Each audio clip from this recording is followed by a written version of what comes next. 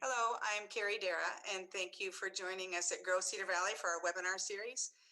Today, we're going to be talking about cybersecurity, and that's going to be relevant both as for those of us who are working remotely at home and those of you who are considering opening your business for the restrictions that are being lifted. So we've got our expert panel here today from Locknet.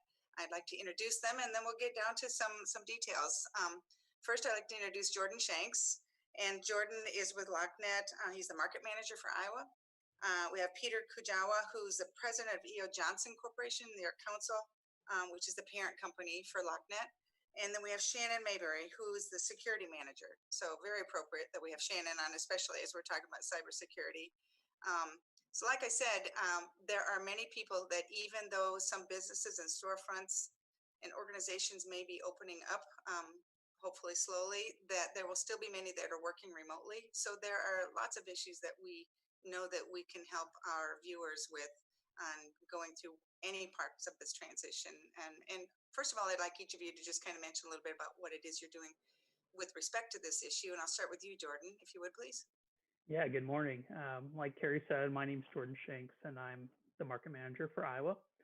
I've worked in the Iowa market for the last 6 years with companies addressing their cybersecurity needs and addressing how technology affects their business.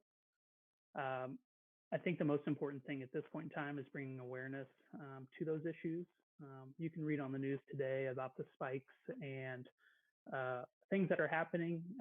Just recently, foreign governments are trying to steal the data for the vaccination. So it happens on a daily basis. And once this webinar will allow us to bring some of the education to the Cedar Valley.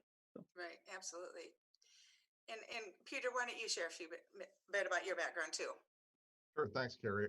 I've been president of Locknet for about 10 years now, and we're based hubbed out of Onalaska, Wisconsin, but we have an office in Waterloo, Iowa, and offices in Minnesota and Wisconsin. We work with hundreds of businesses throughout Iowa, Wisconsin, and Minnesota, and we help them on cybersecurity, desktop support, servers. We have about 80 employees total, including our team based down in Iowa, and we have a little bit of a unique position on it because about half our clients are banks and credit unions. So we're working with heavily regulated businesses, and we're heavily regulated ourselves. And so I think we're probably in a little better position when the pandemic hit than most companies are. And but the other half of our businesses are not banks and credit unions, so we have a lot of guidance that we can bring to the table for all types of businesses. And our companies tend to range in size from about 20 employees up to about 800 or 900 employees on the large end. And so we work with a good range of companies, businesses, geographies, etc. Very good. Very good. How about you, Shannon? Hi, yeah, my name is Shannon Mayberry. I'm the IT security manager for Locknet. So my responsibilities are making sure that the organization stays secure during this challenging time, as well as our parent company and Locknet itself. So we are constantly working on new ways to make sure that the work from home and the organization's perimeters stay secure during this when there might not be so many eyes watching. Absolutely. Peter, I'd like to go back to you. So the pandemic, COVID-19, has caught everyone off guard. I mean, 3 months ago, 2 months ago, you could not have seen this coming, maybe 3 months ago. So how do you prepare your business, if not for this, something similar to this down the road? I mean, what steps should our businesses be taking, knowing that this can hit? Well, we actually were fortunate. We had a pandemic plan in place since 2011. But I can tell you a true story. When we developed our pandemic plan, our original draft had references to zombies in it because our lead engineers had so little belief that this would actually ever happen that we all kind of thought it was one of those things we had to check a box on, but that we would never really need it. But we were prepared. We had done extensive testing of our employees working from home. And so 2 months ago on Monday morning, we declared our pandemic plan at about 10 o'clock in the morning, and by noon, 100% of our technical employees were set up to work remotely from home, and they've continued to. So 100% of our technical employees, which is about 55 or 60 members of our team, have been working from home ever since. And we support in total about 11,000 desktop users throughout the 3-state area. And our call volume the first 2 weeks doubled. So as all of our customers were also shifting to work from home. So all of a sudden they needed help with their VPNs and how to connect, and maybe they hadn't tested things and now they needed to be set up. So not only were we really fortunate we were set up to do it, but we were really fortunate given the volume spike. We were at 2 times our capacity, or 2 times our normal volume for about 2 weeks. And so things held up, and we were able to continue operations because of the testing we had done.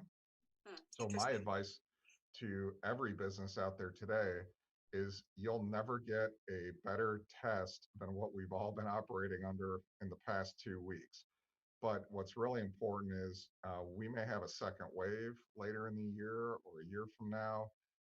And this is just a really great opportunity to learn. So what we advise all companies to be doing now, and that what an exercise we're going through, is go back to the beginning and really document what worked for you, what didn't work, what were the things that you had to make adjustments on the fly, where did you have to do duct tape and super glue to get through, and what are the things that if you had it to do over again, you would do differently. And really put some time in, because those things will be tougher and tougher to remember every day that passes. And it's hard to believe it's already been 2 months for us. But this is the time to really document and start thinking as a team about what are the things that you should be doing next time to be ready. Good point. I'm actually taking notes for our organization to be following some of this too. So thanks. So any of you, can you be a little more specific about what some of the tools were that you used for your organization, or tools that might be helpful for others, whether it's regardless of the kind of organization they are? I don't care, Jordan or Shannon. I can field that. So part of IT security, of course, is the CIA triad: the confidentiality, the integrity, and the availability. Key here, of course, is availability, the work from home. So you need to make sure that your end users are able to connect in a secure fashion to work from home. And what I mean by that is you're not just opening the doors and letting anybody in with their home devices, which are not protected by the organization's policies. All traffic that passes to the organization, of course, is in an encrypted state, so that we can ensure that that traffic has not been manipulated. And then the integrity, of course, is part of the encryption as well. So ideally, you really need to make sure that your end users can connect, and they can connect in a secure fashion. There's hundreds of tools out there right now that facilitate VPNs, and I would say most firewalls out there do that right now. So at bare minimum, organizations should be using a VPN, but that it doesn't stop there, right? So there's many other things, and we could certainly get into that as well. You want to explain what a VPN is for those that might not know? Absolutely. Yep. So the best analogy I can put is think of the internet as the ocean, and put a pipe underwater. Your traffic passes through this tunnel, which is encrypted via encryption algorithms. So you can ensure that the water that's passing through the tube in the ocean is just that water. It has not been touched by any of the outside water. So it is literally all traffic passing to your organization is secure, and it's destined for that organization. Interesting. Okay, great. Thank you. So this is a process that's going to be new to most organizations. What are some ways to start that conversation, not only with the decision maker, but the employees that are going to be using it? And any of you, as far as training employees and having the consistency between your team members? Well, I would suggest, first of all, a secure organization starts at the top. Mhm. So whoever's at the head of the food chain of an organization needs to really sponsor the initiative.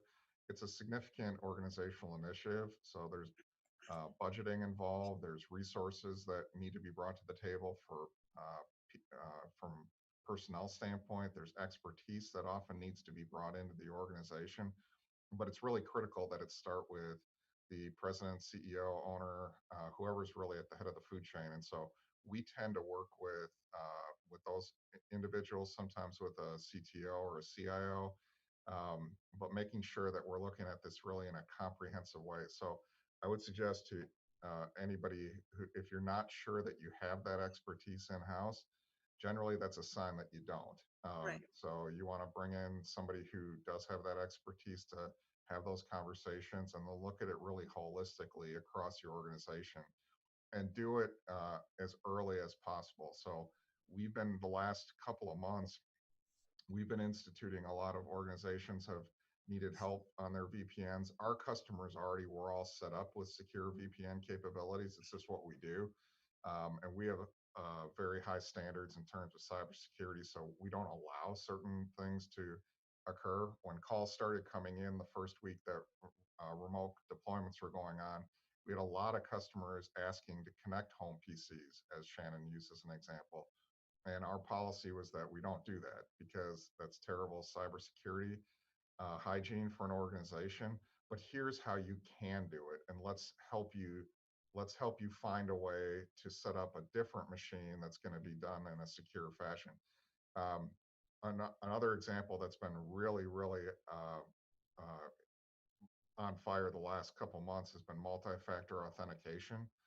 And so what that is, or MFA, is that's a tool that issues another type of password or login that changes. And so you're typically used to doing that with online banking and with other applications. Well, you should have multi-factor authentication set up for logging into your network, for logging into your email. It's a really great line of defense for any organization to have in case their passwords get compromised and a hacker gets a hold of them. If they have multi-factor authentication in case, usually they're still going to be secure even in that environment. So there's a lot of things that companies can do, but the earlier you start having those conversations, the better. Right. So you've kind of touched on this, Shannon, a little bit about protecting data and things. Are there ways specifically to protect your data from hackers or those who aren't supposed to be viewing it? Well, there's many different Right. protection mechanisms that you can utilize. You know, some of the in the work from home specifically, you know, ensuring that secure connection to the organization. But beyond just that, making sure that your organization, when there's no one there, is still watching the front doors, making sure that, you know, this is prime time for hackers and phishers to be sending things to try to break in, because there is so much disarray going on. Right. So beyond just the VPN, the connection, there's hundreds of different protection mechanisms, such as a SIM, which is security incident and event management. There's your antivirus is of course critical. Um, Security awareness is huge, because as we're all disconnected from the organization, policies become an afterthought. Protection mechanisms might not extend out to the devices when they're at home. So that human being, of course, is the most important stopgap in protecting the organization's information, as they act as a human firewall. Right. So any of you, what would be recommendations? So for those who are watching, as Peter said, you may or may not know what your IT departments or portions of your or organization that specifically oversee that are familiar with. Where's a starting point? Where should our organization start? So as we know, 70% of many employees of organizations and businesses are working from home or remotely somewhere other than their primary office. Some will be going back. Some will be going back at different times in phased areas. But there are going to be a lot of people that are continuing to work remotely. So where's the starting point that some of these businesses, even smaller, our smaller businesses maybe should go start with? Jordan, I know you work with these Yeah, folks on a daily basis. So what would you sure. suggest? Yeah, to your point, I think most people have planned their security inside their four walls, and their four walls turned into, 40 20 walls. different. Yeah, I mean, it just changed dramatically. And Yeah. the realistic point is, no one knows how this is going to be different when we go back to work. It could go back to work completely. People could work remote still. So it's still kind of up in the air on, you know, how people are going to function when this comes back into play. Mhm. I would, if like Peter said before, if you're questioning your security, you probably have an issue with your security. And I would reach out to, you know, a Locknet, a provider that can be a resource for you. And, to your unique needs, every business is unique. And so you need to be unique in the approach, how you address your cybersecurity. Because there's going to be some business, like I said, that are 100% work back inside their four walls. There are Right. going to be some businesses that don't ever do that again. So the businesses are going to be unique in that way, and I would use a resource to start that process. How about I would you? think of it, Carrie, like if you have a medical concern, you go get an opinion from an expert. If it's a very serious medical concern, you might go get a second opinion. But you're really trying to learn. You're trying to learn your situation and what's out there to address it. And there's nothing. There's few things more critical that businesses depend on more than their IT infrastructure. And whether they know it or not, the security of that infrastructure is being tested throughout the day, every day. And if they get taken down, if they lose that infrastructure for a period of days or weeks, it'll have a hugely detrimental impact on their business. And so, partnering with the right company or having the right IT personnel in house, it's really it's a very, very critical business decision. And so, again, it should be sponsored at the top, but get some other opinions. Companies like ours, we spend a lot of time going into companies and just having conversations, really looking at what are they doing today, and what are they having success with on technology, what are they not, what do they have concerns about, and then we can really look and say, well, here's what we think you're doing really well today, here's where we don't think you're doing well, here's what you need to do to get from A to Z. And just, again, it's more conversational, but really bringing expertise to the table to help look at the situation can be really helpful for a business. So for smaller organizations and businesses, you could be helpful as the IT partner. For larger organizations and businesses, you could help their IT expertise that's already there. It's not like you're replacing your channels that you've been continue to work with, but maybe offering some additional tools and services so that they can do their jobs better. Yeah, that's right. So we have unique depth and breadth of expertise because of the specialization that exists in IT. So Shannon's team, for example, has 7 security engineers that work, they live, breathe, eat every day, security and networking. And so they're not doing other things. They're not working on servers or desktops or others. So they have an extremely deep level of expertise. For most organizations, hiring one of those individuals is probably not palpable, but you can outsource some specialized functions to an organization like us. So about half of our companies are smaller businesses that we do soup to nuts IT. We're everything from providing strategic guidance to supporting their desktops and so forth. The other half of our clients, we, in some cases, all we do for them is security, or all we do for them is backup, or all we do for them is help them out on patching and some other functions that we do. So in those cases, we're there to help the IT team help augment the team that's already in place. So it really depends on the customer either way. Yeah. Yeah. So we've got a few more minutes before we're going to hop off, but what haven't we covered, or what is top of mind? What have we talked about that you have reminded you don't want to leave this webinar without sharing additional information? Any of you? So, Shannon, how about you? Is there anything that I know we didn't, this is not an exclusive conversation about everything cybersecurity, but is there anything specific that we need to include in this conversation that for many people is going to be a first time that they've ever really thought seriously about their security? Well, I think just that statement alone is this has bubbled this to the top is you really need to think about IT security.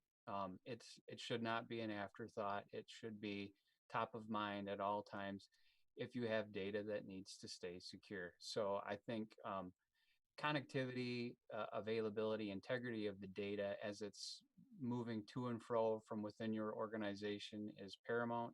And I think as all business owners need to really take a look at their IT security and realize that it's not just a cost center. It is critical to continuing business.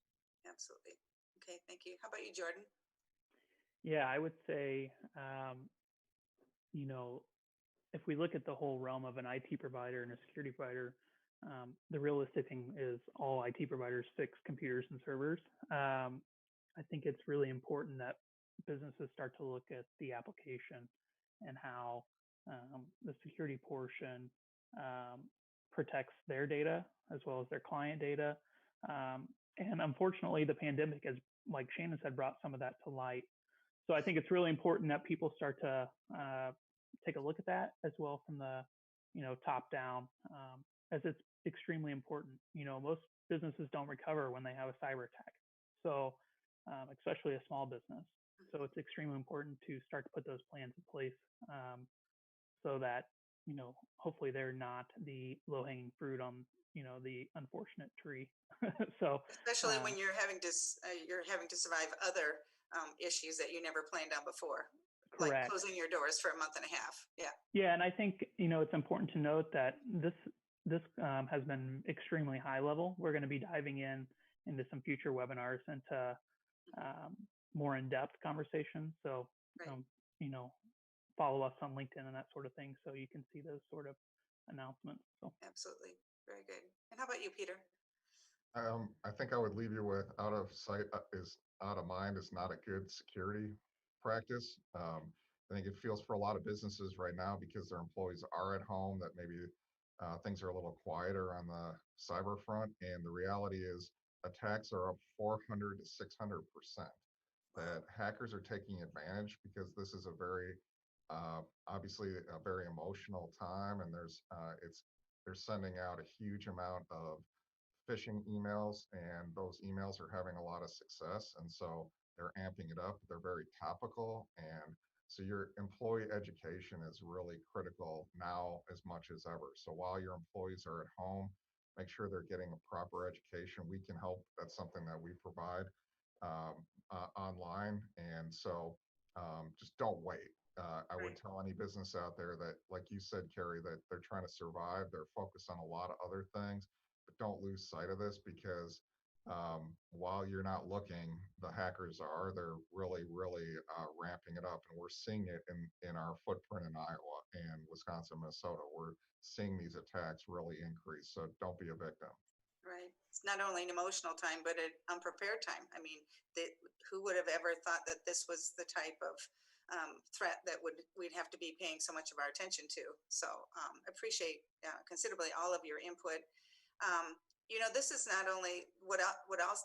The other part that's really unique about this is while 3 months ago we were all working our traditional work environments, and then with a 24-hour notice, if that, people were then working remotely or from home. And now we're going into a time where that's going to be blended, and there are going to be some doing both. Very few are going to be doing entirely one or the other. So it's going to be an entirely unique work situation that, again, how do you prepare for that if you didn't even know it was a possibility? So this is really, really good insight. We really appreciate your time. I know there'll be those that will want to reach out, if not to you, but other organizations like yours, so that they can better secure their environment, and then do the other things they have to do to keep their business afloat and growing. And that's what we do, is help our businesses grow. So thank you for your input. Again, we've got Peter Kujawa, the president of Johnson Corporation, E.O. Johnson, that's a parent company for Locknet.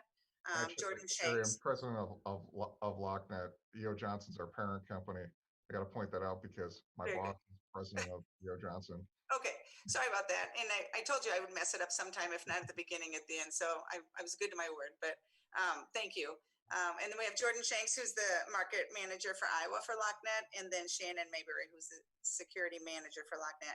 And again, I apologize for flipping those titles, but the bottom line is we appreciate your advice, your expertise, and experience. And we know that there are many others that are going to need that and use it. So thank you for spending time with us today. This will be posted on our Facebook page. Glad you clarified the position. And be on YouTube, and we've got several platforms that will be featured. But this is exceptional information that we know all of our businesses and organizations need to be aware of. So thanks again for all of your time. Want to provide Yeah, that? absolutely. If businesses would like to reach us, they can reach us online at locknetmanagedit.com, or they can reach out to us at 844-365-4968. Great. Okay. Thanks again, guys. I'm Thank sure you, we'll be Karen. talking again soon. Bye-bye. Thank you.